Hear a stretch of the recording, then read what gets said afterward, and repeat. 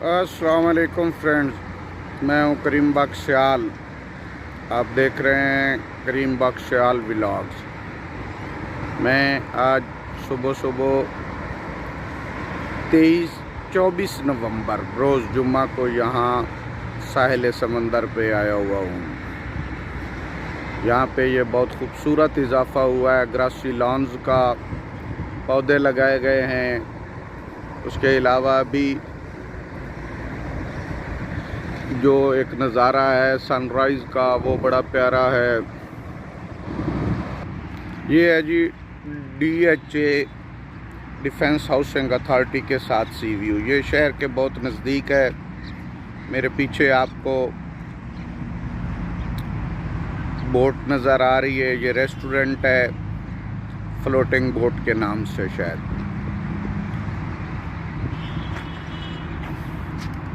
सूरज तलू हुए थोड़ी देर हुई है। बड़ा खूबसूरत नज़ारा है। यहाँ पे लोग आते हैं वॉक करने के लिए। सुबह कुछ लोग जो जल्दी जागते हैं, नमाज पढ़ते हैं। बड़े खूबसूरत परिंदे आए हुए हैं। ये फ्लोटिंग बोट है और ये सूरज। यहाँ पे आज 6:55 था। अभी तकरीबन घंटा होने वाला है सूरज को तलू हुए।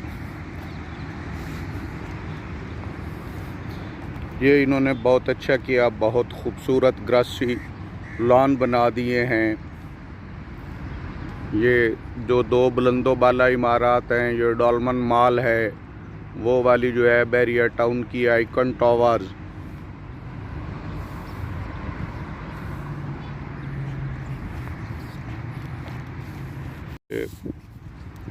DHA के एम्प्लॉइज़ सफाई कर रहे हैं।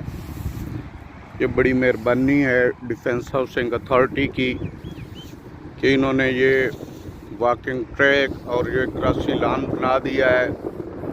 अल्लाह करे कि हम इसकी हिफाजत कर सकें और इसे गंदगी से बचा सकें। बहुत ज़्यादा लोग इसकी क्लीनिंग में मसरूफ़ हैं। आगे तक ये कोई 1 किलोमीटर के करीब पट्टी है। इसमें इन्होंने पौधे भी लगाए हैं। इंशाल्लाह फूल भी लगेंगे। ये आगे ये जो ट्विन टावर नज़र आ रहे हैं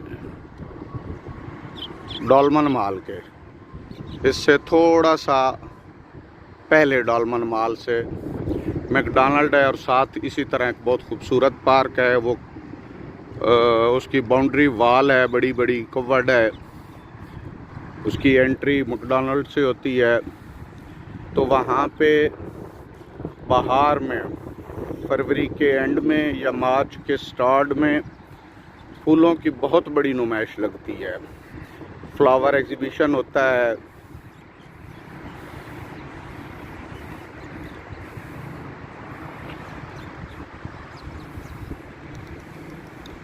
यहाँ से काफ़ी 300-400 फुट आगे जाके और उससे भी 200 फुट आगे तक इसका साहिल है। ये माशाल्लाह बहुत ज़्यादा दूर तक है। यानी इसका ये है कि पानी इधर तक भी कभी अगर आ जाए, जब अगस्त में, जुलाई अगस्त में अमूमन बिखरा हुआ होता है समंदर, तो भी इसमें डूबने के चांसेस नहीं हैं। बड़ा रेयर और ख़ूबसूरत बीच है। बस इसकी सफाई का हम ख्याल कर लें तो बड़ा खूबसूरत बीच है जी।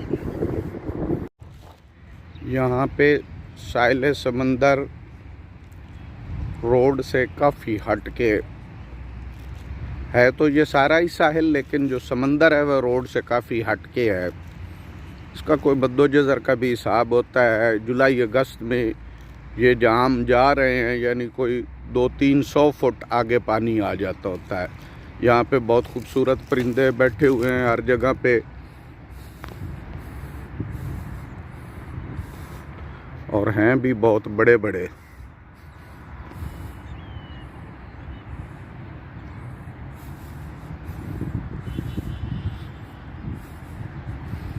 बड़ा ही खूबसूरत समा है इस वक्त।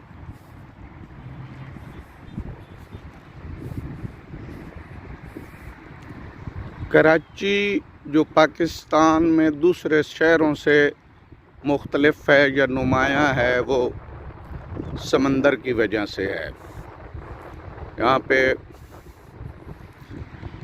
बहुत बड़ी पोर्ट्स हैं, कासिम पोर्ट है।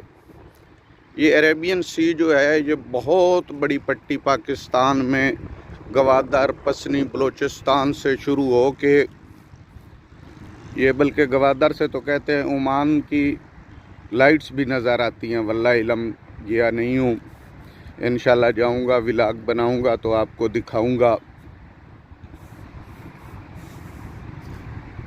शाम के टाइम जब सूरज ग़रूब हो रहा हो और सुबह जब सूरज तलू हो रहा हो, सी व्यू पे बहुत खूबसूरत मंज़र होता है। पहले मैं आपको हॉक्स बे का साहिल दिखा चुका हूँ, वहाँ पे हट्स हैं। अब इंशाल्लाह कोशिश करूँगा कि मैंने 30 नवंबर को वापस सरगोदे जाना है, तो उससे पहले वीकेंड पे मुबारक विलेज है, वहाँ पे भी साहिल बहुत खूबसूरत है। चूँकि ये आबादी के नज़दीक है और दूसरा पोर्ट्स भी बहुत करीब हैं,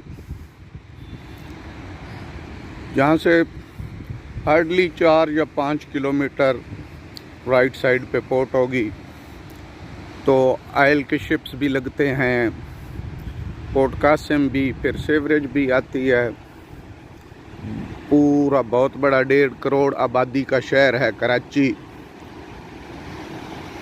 दुनिया के बड़े शहरों में, आई थिंक 10 बड़े शहरों में इसका भी शायद शुमार होता है। तो वो सारी सेवरेज वगैरह भी यहाँ के मिलती है। तो यहाँ पे पानी कोई इतना साफ़ सुथरा नहीं होता। फिर ये बहुत आगे तक इसका, ये जहाँ से लहरें आ रही हैं, इससे भी आगे तक ये रेत है, तो रेत की वजह से भी। और फिर देख लें कितना ये रात को जो लोग इधर आए रहे हैं तो सारा गंद इकट्ठा करके फेंक जाते हैं। हालांकि ये सबसे पोश एरिया, डिफेंस उसके साथ ये लगता है। इस तरफ आगे जाके धूप है ना नज़र आए, उससे आगे फिर डिफेंस फेज़ 8 शुरू हो जाता है। आगे 2 दरिया आता है, तो ये बड़ी लंबी पट्टी है।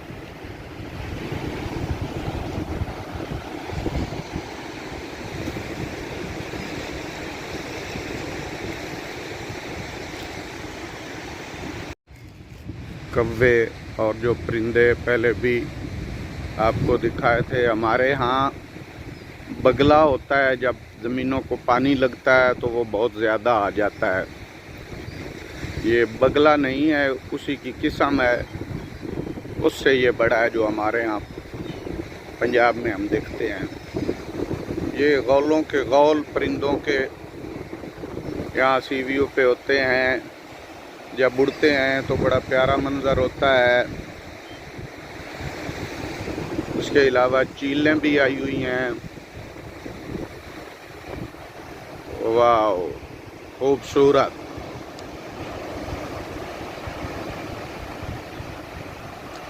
आई थिंक ये भी कोई माइग्रेटेड हैं, जो साइबेरिया, रशिया से माइग्रेट करके आते हैं वहाँ, क्योंकि इन दिनों बहुत शदीद बर्फ़बारी और बहुत ज़्यादा दर्जा हरारत कम होता है,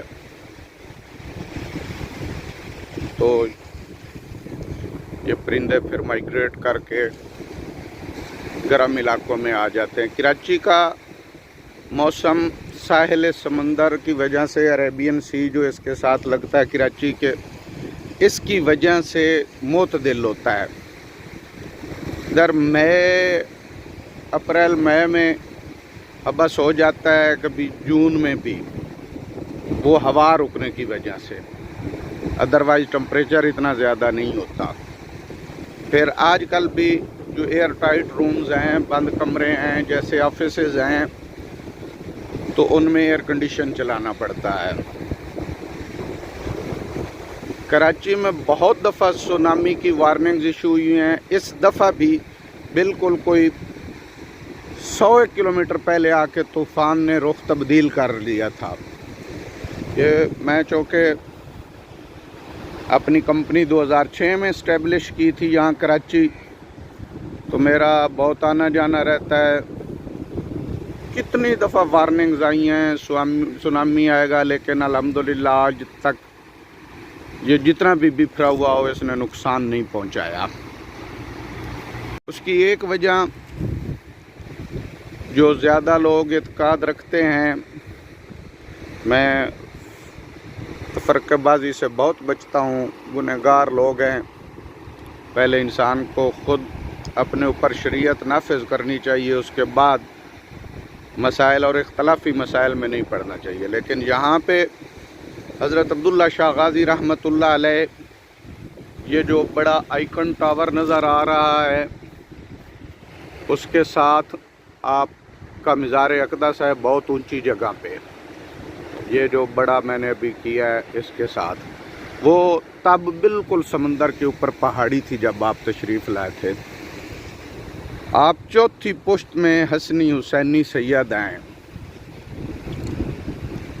और कराची के लोगों का बड़ा एतकाद है कि उनकी वजह से सैलाब या आफत नहीं आती। उनकी भी एक हिस्ट्री है, वहाँ पे शजरा भी है। कई दफ़ा खुशकिस्मती हाज़री नसीब होती है।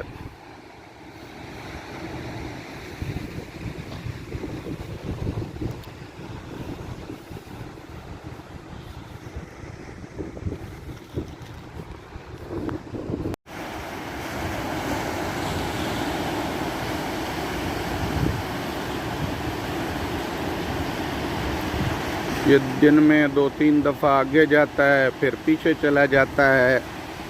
आपको बता रहा था कि यहाँ से वो जो नज़र आ रहा है, जो ग्रासिलान आपको दिखाया था, वो कम अज़ कम भी 3 एकड़, हमारे जो पंजाबी में एकड़ किला होता है, 3 एकड़ आगे है। ये जुलाई अगस्त में बिल्कुल उसके करीब चला जाता है। तो आप ये देखें कि इसका कम अज़ कम कोई 500-600 फुट तक ये गहरा नहीं है इस जगह पे। लेकिन फिर वही अफसोस होता है कि किस तरह दूसरे ममालिक के बीचेस देखते हैं तो इतने नीट एंड क्लीन होते हैं, लेकिन ये हम चूँकि मैं भी उन्हीं में शामिल हूँ कि जो चीज़ जहाँ खाई वहीं फेंक दी। बहुत खूबसूरत समा है जी। जिन हज़रात ने मेरे चैनल को सब्सक्राइब नहीं किया हुआ, उनसे रिक्वेस्ट है कि मेरे चैनल को प्लीज़ सब्सक्राइब कर लें, बेल आइकन को पुश कर लें, ताकि आने वाली वीडियोज़ आप तक पहुंचती रहें। साहिल समंदर के इन खूबसूरत नज़ारों से करीम बख्श आपसे इजाज़त चाहता है। वस्सलाम।